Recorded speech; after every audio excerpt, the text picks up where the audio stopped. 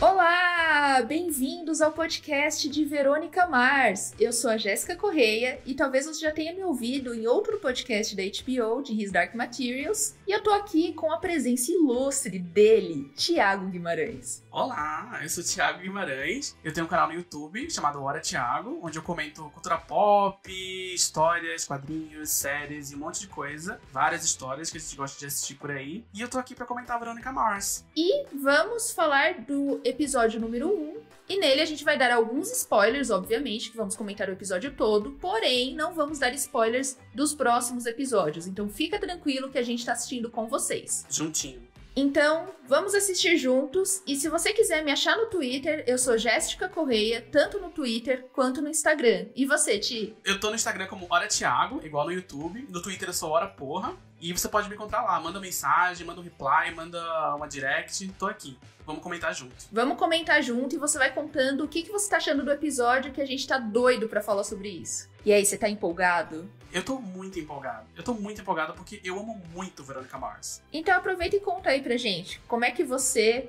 começou nesse universo maravilhoso? Bom, eu comecei a assistir Verônica Mars lá em 2004 mesmo, quando a série começou a ser exibida. E eu tenho uma paixão gigante pela série. Eu gosto demais, eu me envolvi muito. Eu conheci a série numa época que foi muito importante pra formação do meu gosto por séries, né? Todo mundo tem a sua, né? Uhum. E é uma das séries que eu sempre volto pra comparar, assim. Ah, esse personagem, ele é tão legal. Será que é tão legal quanto a Verônica Mars? Será que esse mundo, será que esse universo dessa série X é tão bem construído quanto o universo da Verônica Mars? É uma série que eu sempre volto. É uma série que virou parâmetro de qualidade pra mim. Então Sim.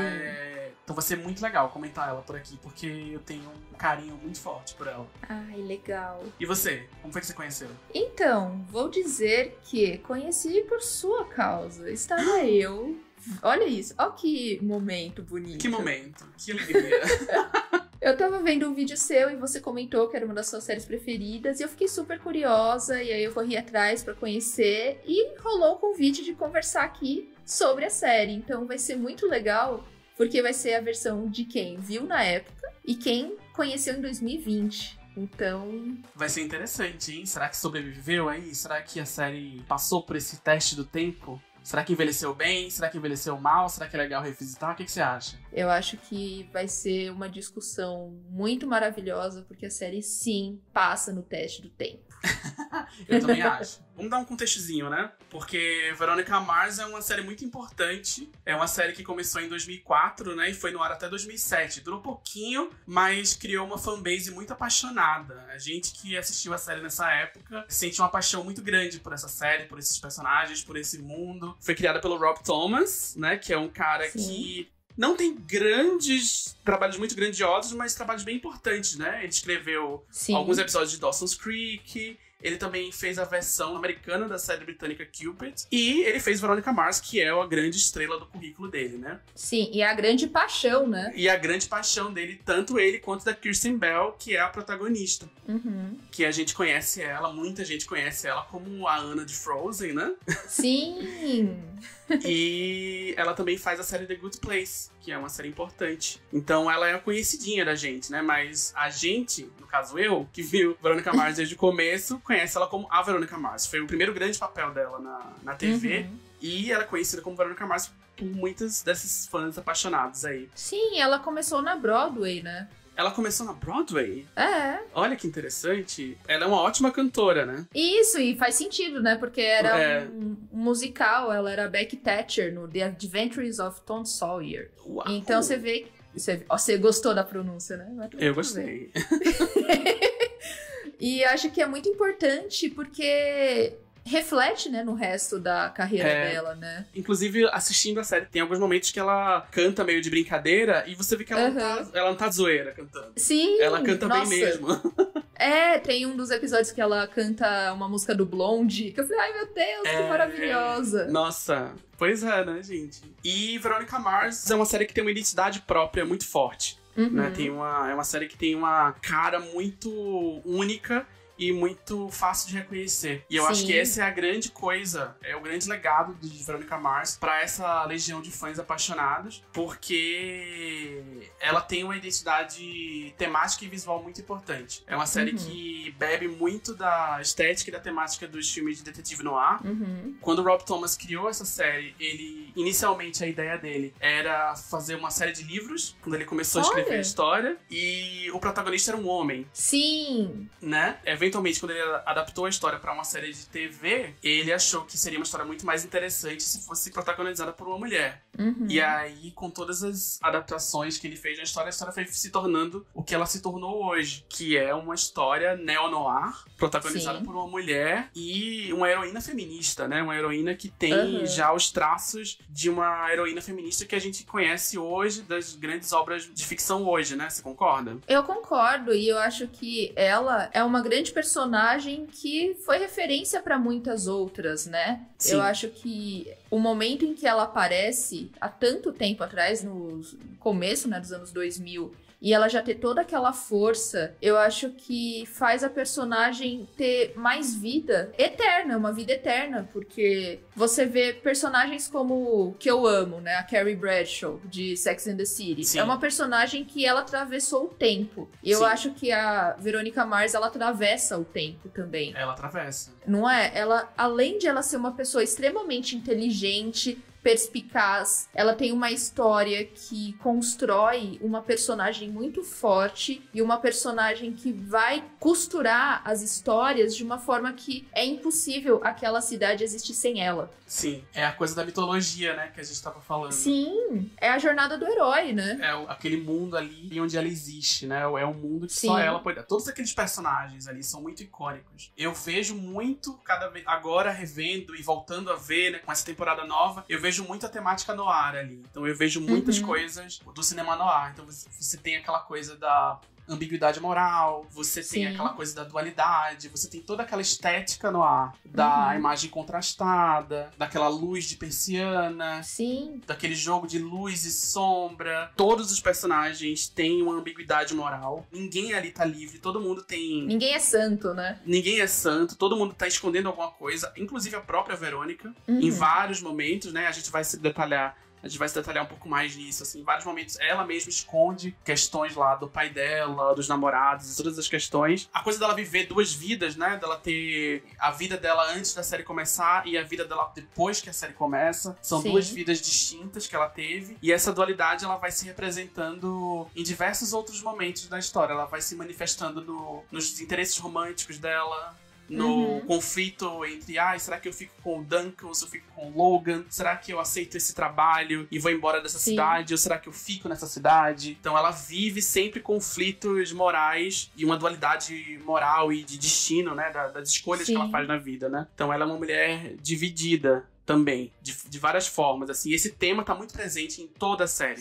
Tanto nas 3 temporadas que foram exibidas lá atrás, no filme que foi feito depois e na série nova que estreou agora. Sim, e eu acho legal a gente contextualizar agora o que aconteceu nas 3 primeiras temporadas e no filme. Eu acho que pra quem quer assistir a série, pode começar sim por essa 4ª temporada, porque no começo ela já dá uma contextualizada pra você de quem são os personagens, quem são as pessoas que continuam na trama. E eu acho que a gente pode contar um pouquinho das temporadas anteriores, só pra gente ter um pouquinho mais de substância no nosso assunto.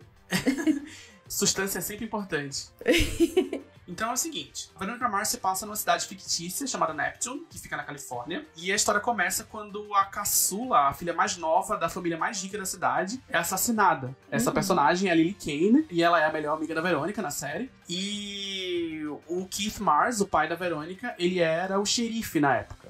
E ele tinha um instinto lá de que o pai da menina estava envolvido na morte dela, e ele seguiu esse instinto, mas por falta de provas ou por várias circunstâncias e conspirações, ele nunca conseguiu provar isso e ele é afastado do cargo. Porque ele acreditava que o pai da menina estava envolvido na morte dela. Então é uma grande questão pra eles. E essa morte dessa personagem é um marco muito importante na vida da Verônica. A gente tem a vida da Verônica antes dessa morte e a vida da Verônica depois dessa morte, né? São 2 conflitos que ela vive entre quem ela era e quem ela se tornou depois disso. E isso é muito importante na história porque, além da melhor amiga morrer, o pai entrou em conflito com a cidade inteira.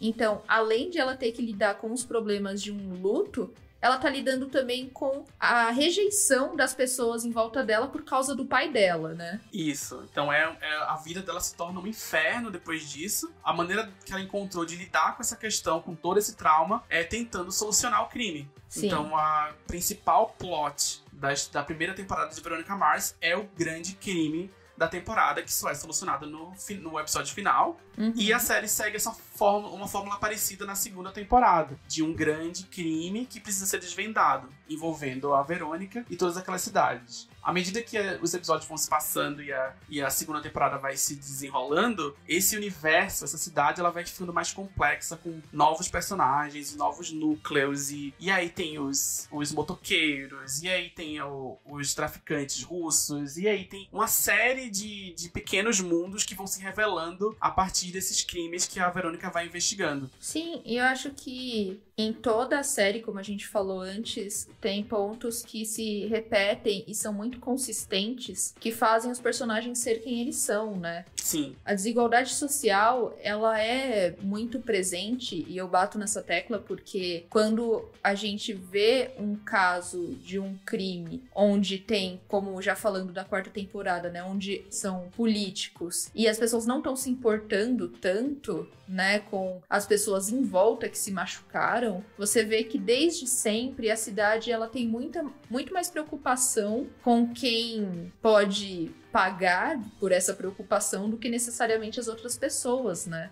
Sim, nossa, e eu lembro inclusive uma fala muito marcante do primeiro episódio de Veronica Mars, é quando ela fala que Neptune é uma cidade que não tem classe média. Uhum. Que se você mora em Neptune, ou você é um cara muito rico, ou você trabalha pra eles. Sim, sim. E isso dá o tom, né, da série. Dá um tom muito forte da série, né? Tá ali presente o tempo inteiro. Nas 3 temporadas que foram exibidas, no filme que foi feito anos depois e na série nova, assim. É um tema que não se perde, né? E um outro tema que é muito importante, que a morte da Lily também é muito emblemática nesse sentido, é a questão da violência contra a mulher. Sim. Né? Então você tá sempre, desde o primeiro episódio, a gente vê mulheres, a gente vê personagens femininas sofrendo na mão de homens de diversas maneiras. Seja a Verônica sendo subestimada, seja a Verônica sendo vitimizada por alguém, sendo agredida, ou mulheres sofrendo violência, apanhando, esse tipo de coisa. E isso sendo abordado com muita sensibilidade, né?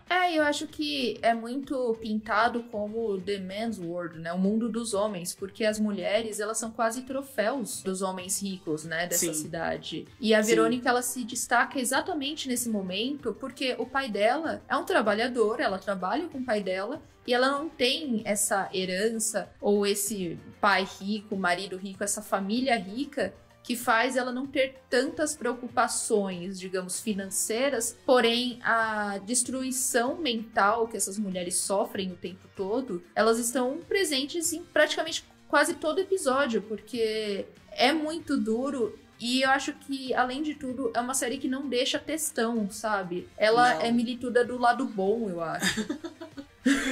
Eu acho. É uma série que... Eu acho que o mais importante nesse caso é que essa coisa do militudo, essa coisa do feminismo, essa coisa da desigualdade social, ela tá ali na forma de personagens muito bem construídos. Uhum. De personagens com muita nuance, de personagens muito marcantes e que tem muita coisa a dizer. Então, nada disso ali é gratuito. Nada disso que tá ali. Sim. Todas essas discussões, elas são acompanhadas de personagens tridimensionais. Essa, pra mim, é a grande marca de Veronica Mars. É a relação dela, é a relação dela com o pai, é a relação dela com as pessoas da escola, é a relação dela com os namorados. É tudo muito bem feito, bem escrito e tudo com muita nuance. Eu acho que essa é a grande coisa. Eu acho que esse é o motivo que faz essa história sobreviver tantos anos. E ela ainda ser fácil de revisitar hoje. Você não acha? Eu acho, porque inclusive o sidekick dela, né, o personagem que tá com ela em todas as temporadas, o melhor amigo que é o Wallace, né, ele é um homem negro. Eu acho que isso também é outro assunto que a gente vinha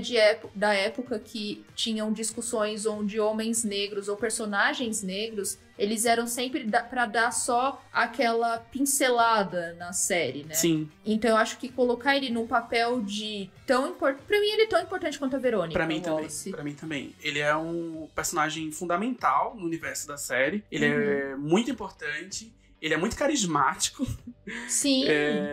E é muito legal ver a relação dele com a Verônica crescer durante os anos. Sim. Os momentos em que ele coloca ela contra a parede também são importantes. Ele que puxa ela pro chão, né? Ele que puxa ela pro chão. Ele não tá ali pra ser vitimizado. Ele não tá ali pra ser um tokenismo de racismo. Por mais que a discussão racial tá ali de alguma forma. Sim. Mas ela não é barata, ela não é pobre. É uma discussão rica. Porque esse personagem é muito rico. Ele tem um universo próprio. Ele tem vontades e desejos, medos e ambições. Ele tem um universo próprio tão rico quanto o da Verônica. Sim, e acho que essa é uma das grandes coisas, né? Sim, sim, com certeza. E eu acho que isso até a gente consegue pular já pro primeiro episódio, né, da 4ª temporada, que é uma cena onde a Verônica tá num congresso pra resolver coisas da cidade e... Sim. A gente tende a entender que quem é dona de um bar ali, que tá querendo conversar sobre o seu lugar na cidade, é uma mulher negra.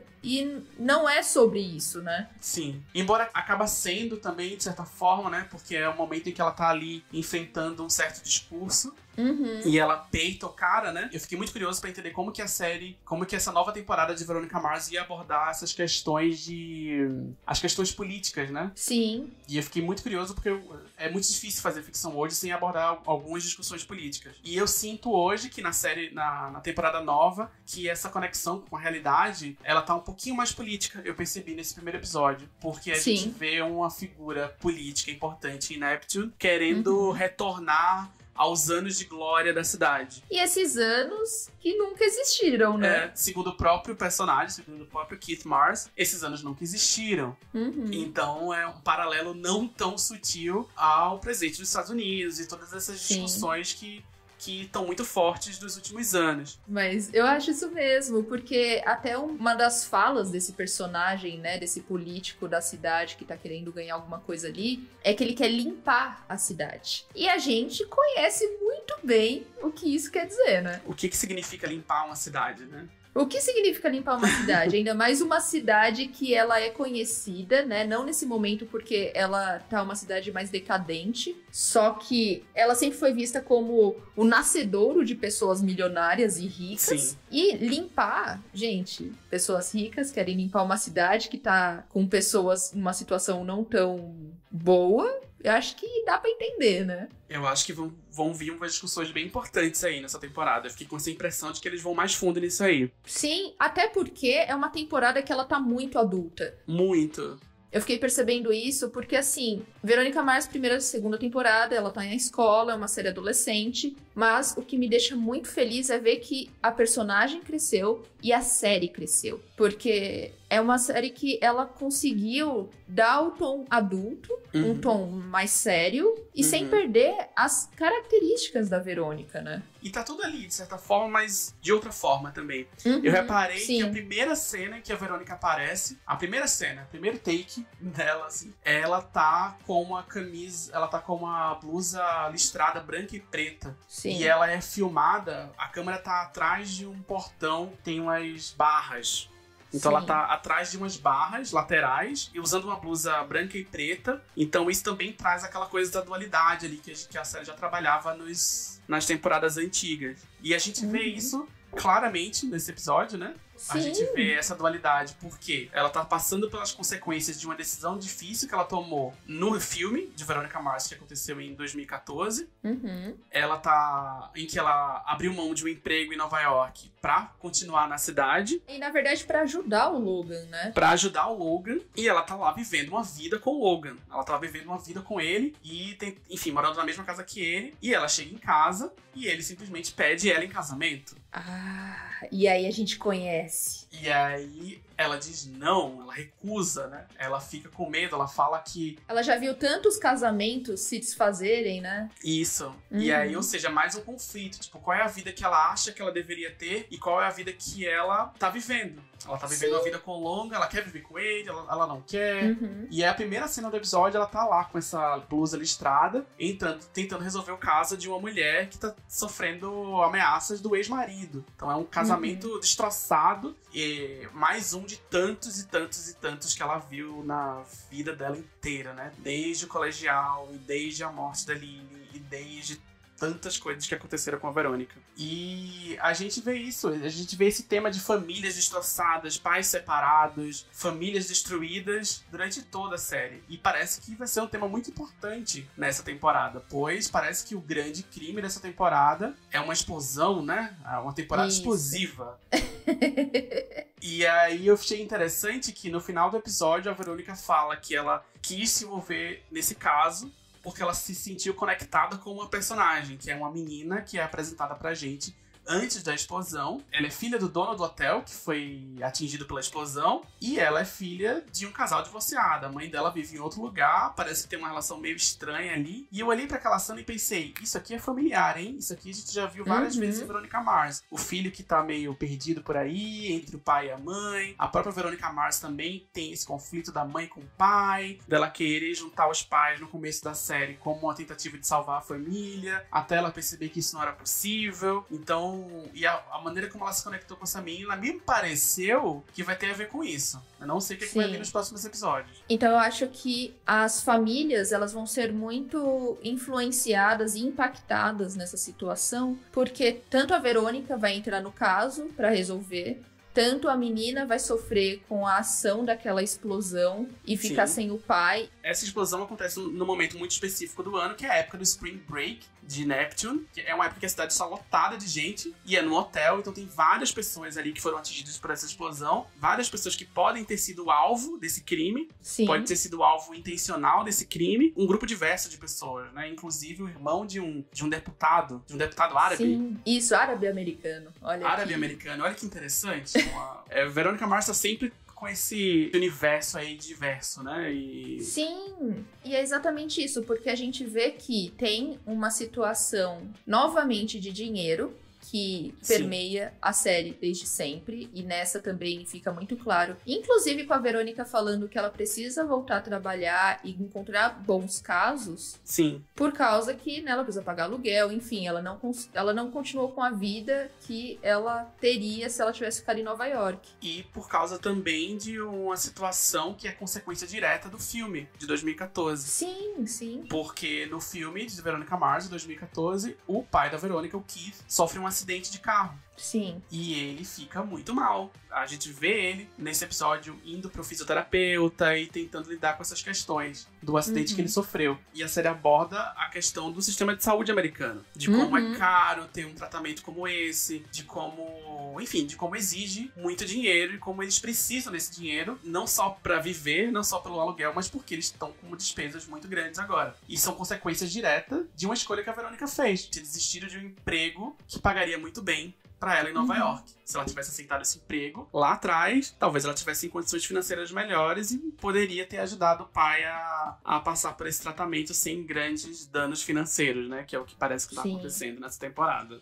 Quando a gente vê agora o Keith mais velho, né? Porque quando ele sofre um acidente de carro no filme, a gente tem 7 anos pra frente, então ele precisa lidar com a ação do tempo no corpo dele, porque ele não é mais o homem jovem que um dia ele foi, e tem que lidar com os gastos, né, de ser um homem velho. Os gastos, a gente tem a cena que ele tá na fisioterapia e que, obviamente, não é uma boa fisioterapia, porque o personagem do fisioterapeuta não tá ligando pro que ele tá fazendo, e você vê o sofrimento, né, de você não ter condições de pagar uma saúde de qualidade. Eu fiquei muito triste com essa cena. Eu fiquei muito triste. Assim, o Keith é um dos melhores personagens de Veronica Mars. Ele é muito importante pra história. A relação da Verônica com o pai é fundamental pra trama. Sim. De diversas maneiras. É o que segura ela em muitos momentos. É o link dela com a realidade. É a Sim. relação dela com o pai. E a química da Kristen Bell com o Enrico Colantoni, que é o ator que faz o pai dela. Sim. É impressionante. Os dois se amam, né? Os dois se amam. Eles claramente se amam na vida real. Eles claramente são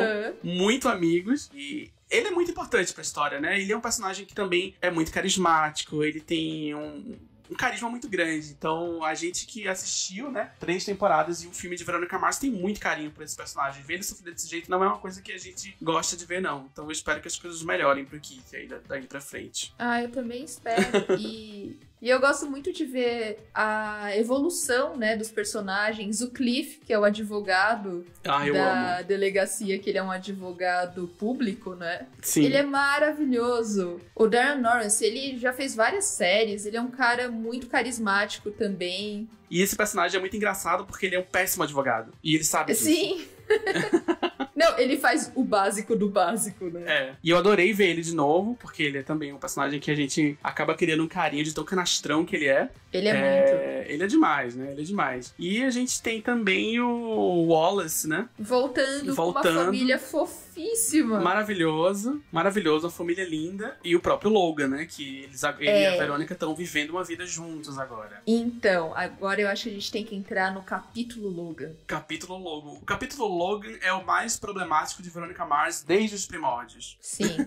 Não é? Eu acho que é desde o dia que o produtor, o showrunner, decidiu fazer a série.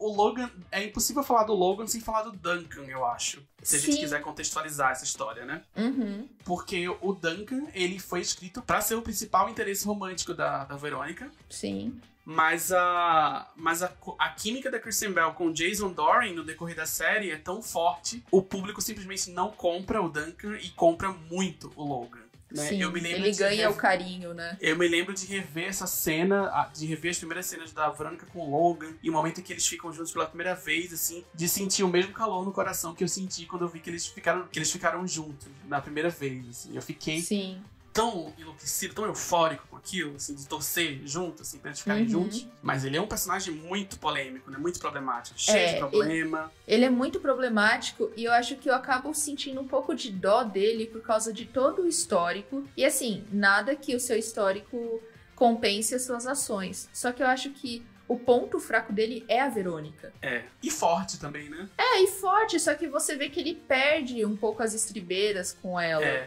Ele não é mais todo durão. Ele tá sempre ali como a parte da Verônica, a parte mais dark da Verônica. É o momento mais fraco dela, quando ela decide ficar com esse cara. Eu vou voltar pra ele. Ele é aquele boy ali, né? Aquele famoso boy lixo. Sim. Ele tá sempre como esse outro lado, o lado mais sombrio da Verônica. O lado em que ela decide abrir mão de tudo que é seguro e correr por um caminho mais arriscado. E o Logan, ele traz essa coisa da violência pra ela. E ele causa esse conflito no sentido de trazer ela pra um lugar de, putz, você tá querendo tirar minha autonomia daqui. Eu não preciso eu não preciso de um homem pra me salvar. Eu me basto. E geralmente são os momentos em que eles se afastam. E nessa temporada, a gente não sabe como é que estão as coisas, né? Parece que o Logan se resolveu, parece que o Logan tá tranquilo da cabeça, e ele tá tranquilo pra viver uma vida com ela. Tanto é que ele pede ela em casamento. E aí entra o casamento, que eu tenho uma teoria aqui sobre Verônica e instituição casamenteira do planeta. Que é o seguinte, eu acho que ao mesmo tempo que ela pensa nos relacionamentos anteriores que ela viu acabarem e se implodirem, né, de casamentos que acabaram das piores maneiras possíveis, eu acho que de uma certa forma ela também tem medo da estabilidade. Ela tem, com certeza. Não tem? Porque o Piz era a estabilidade dela, né? O Piz era a estabilidade e o Logan era o fator de risco. A partir do momento que o Logan se torna a estabilidade, Será o sentimento que dela não em relação ao perde a Logan graça? começa a ficar um pouquinho diferente, começa a perder a graça. Acho que ela curte um veneno. Será? Foi o que pareceu, né? Eu achei que era muito isso. E eu acho que é legal a gente costurar já pra história da explosão, que vai ser provavelmente o assunto, né, da temporada. Sim. E a gente vê que realmente são famílias que querem destruir relacionamentos por causa de dinheiro. E a gente Sim. conhece essa história de trás pra frente, frente pra trás, Uhum. né? E engraçado, né, que o momento em que a mãe do garoto que sofre um acidente e a noiva dele morre, ela fala, ai, meu filho perdeu a mão, ele não vai poder jogar o esporte que ele ama. Aí a pessoa vira pra ele e fala, você sabe que a noiva dele morreu, né? Eu achei tão engraçado. É emblemático, né, de Verônica Mars, isso? Porque é exatamente sobre dinheiro. Sobre dinheiro, sobre status, sobre as conexões, né? Sobre ali apresenta sempre a presença forte da família contra o namorado ou a namorada. Sim. Esse conflito também muito, muito presente desde o começo, né? E as famílias sendo destruídas e explodidas literalmente. Sim. Né? Uma explosão ali, uma metáfora não tão sutil. Nada sutil. Eu acho que vai sutil. rolar várias pequenas explosões durante a série toda. Vão rolar várias pequenas explosões durante a série toda, eu acho. Eu senti assim, várias famílias ali atingidas por aquela questão, vários jovens e várias pessoas pra Verônica se espelhar. Eu vi aquele elenco ali de várias pessoas jovens e eu pensei nisso. São pessoas que eu acho que a série vai trabalhar isso. Eu acho que a série vai trabalhar nessa conexão que a Verônica vai estabelecer com essas pessoas jovens que estão passando por um trauma muito parecido pelo trauma que ela passou quando ela tinha essa idade. Ao mesmo tempo que o Keith era a voz, né, da experiência pra ela, agora ela vai ser a voz da experiência pra esses jovens, né? Será? Eu acho que sim. Será que ela vai dar conta disso? Eu acho que essa é uma questão importante. Será que ela vai dar conta de ser essa voz? Porque ao mesmo tempo que ela cresceu, você vê que ela tem vários problemas com responsabilidades, né? Sim. Tá vendo? O Logan, ele é muito o ponto que seduz ela, né? E aí, a partir do momento em que ele pega o filho do Wallace e fica lá todo de gracinha com o neném, e ela fica... Eu achei tão emblemático. Eu achei. Eu tô muito curioso pra ver onde essa história vai levar o Logan. Quero muito entender esse novo Logan agora. Fiquei muito feliz com essa de ver umas caras familiares. Fiquei muito feliz mesmo. E eu espero ver mais caras familiares por aí, né? Vamos ver quem é que vai aparecer daqui pra frente. Eu tô muito feliz com esse primeiro episódio. Eu acho também. que ele trouxe um panorama de uma temporada que vai ser adulta, que vai ser interessante, vai ser explosiva. E eu acho que a gente vai ter muito personagem legal pra destrinchar todas essas camadas que Verônica Mars, a série, faz a gente querer conhecer todas essas dimensões dos personagens, né? Sim. Bom, o que você acha que vai rolar então aí? O que a gente pode esperar mais dessa temporada, hein? Eu acho que vai rolar aí um término de Verônica e Logan logo mais. Eu acho também. Você sentiu? Eu senti também. Eu acho que alguma coisa vai rolar. Eu tenho muito medo que essa coisa seja o Logan indo pra um caminho da maldade. Eu espero que não seja isso. Eu acho que eles vão chegar num beco sem saída em algum momento. Fiquei com essa impressão. Esse relacionamento aí vai chegar num beco sem saída. E já tô muito triste por isso. Eu acho que a questão financeira vai ser muito importante. A situação financeira da Verônica e do pai vai ser uma grande questão. Sim, porque ele não tá podendo trabalhar direito, né? No sentido de talvez eles não conseguirem resolver o caso, disso ser um grande momento na hora de resolver o caso, na hora de entregar alguém, na hora de denunciar. Pensei por esse lado aí. O que essa história vai dar, né? Isso vai acabar com o quê? A Verônica vai voltar pra Nova York, eventualmente, ela vai arrumar algum outro emprego, ela vai aceitar alguma proposta indecente. Eu fiquei com essa sensação de que tem um gostinho de proposta indecente chegando.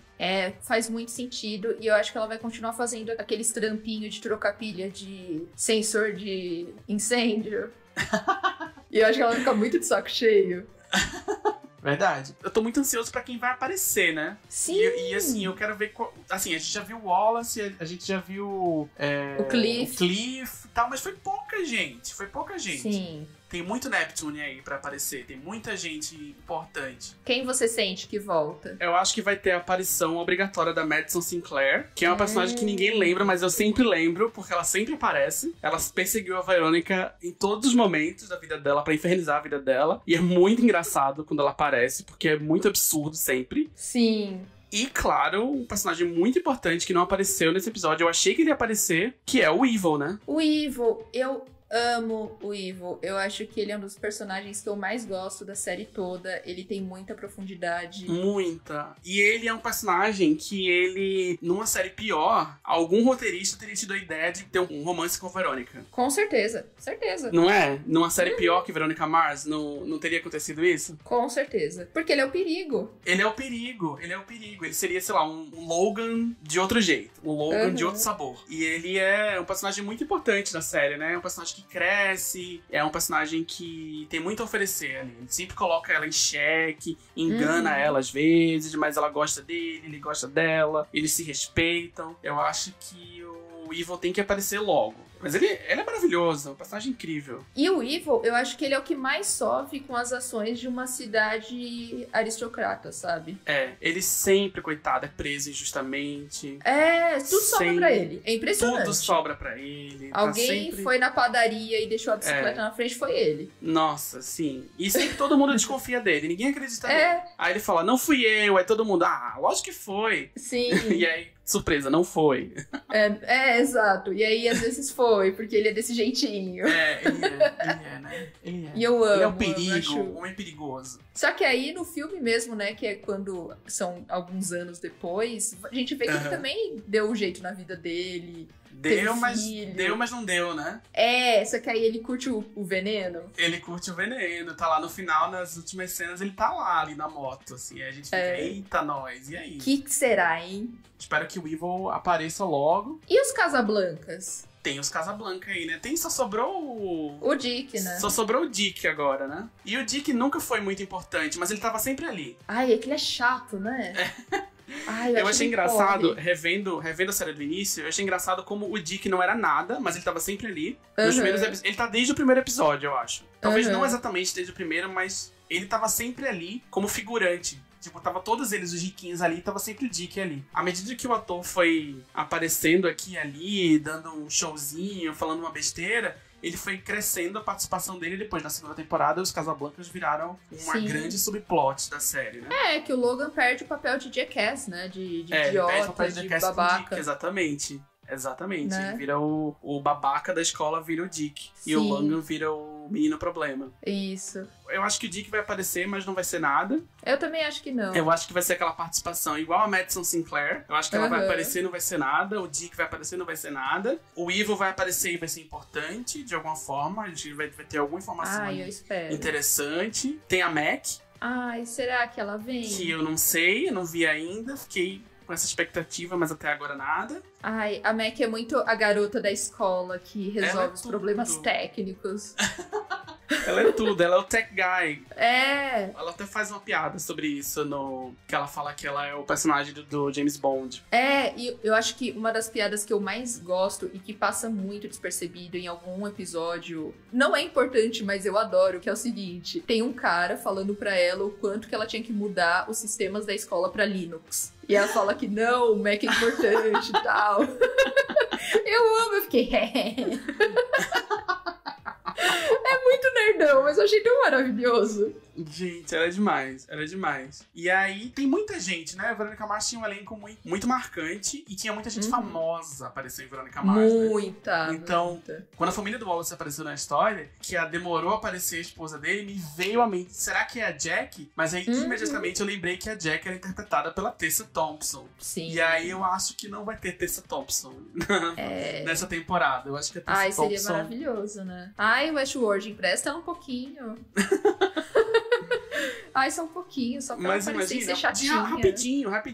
Mas foi muito engraçado. Tem muita gente famosa ali, né? Tem muita gente famosa vai aparecer. A Paris Hilton aparece. A Paris Hilton aparece. Em 2004, quando a Paris Hilton era muito famosa. Sim. E aí é engraçado que tem a piada sobre Paris Hilton depois, né? E aí ela é comentada como uma celebridade, né? Obviamente não como uma personagem. Gente, é demais, assim. E aí tem o menino lá do Arrested Development. Ai, o Michael Cera. Eu Tem amo o Michael Cera. E a Maeve. Enfim, tem muita gente famosa. Muita gente famosa aparece. E do nada, assim, às vezes fazendo um papel muito X. Pequenininho. Porque era 2004, aquele ator lá não era tão famoso ainda nessa época. E tava lá fazendo uma pontinha. Era demais. Então a gente fica meio que esperando aparecer alguém, né? Todo o elenco lá, todos os motoqueiros, toda essa galera aí que era tão importante, os professores, o diretor da escola. Sim, sempre que é aparece. maravilhoso. Os Casablancas, tipo, tem muita gente pra aparecer, né? Então eu quero muito ver quem é que vai dar as caras aí nessa história. Eu acho que vai aparecer mais gente. Eu tô ansiosa.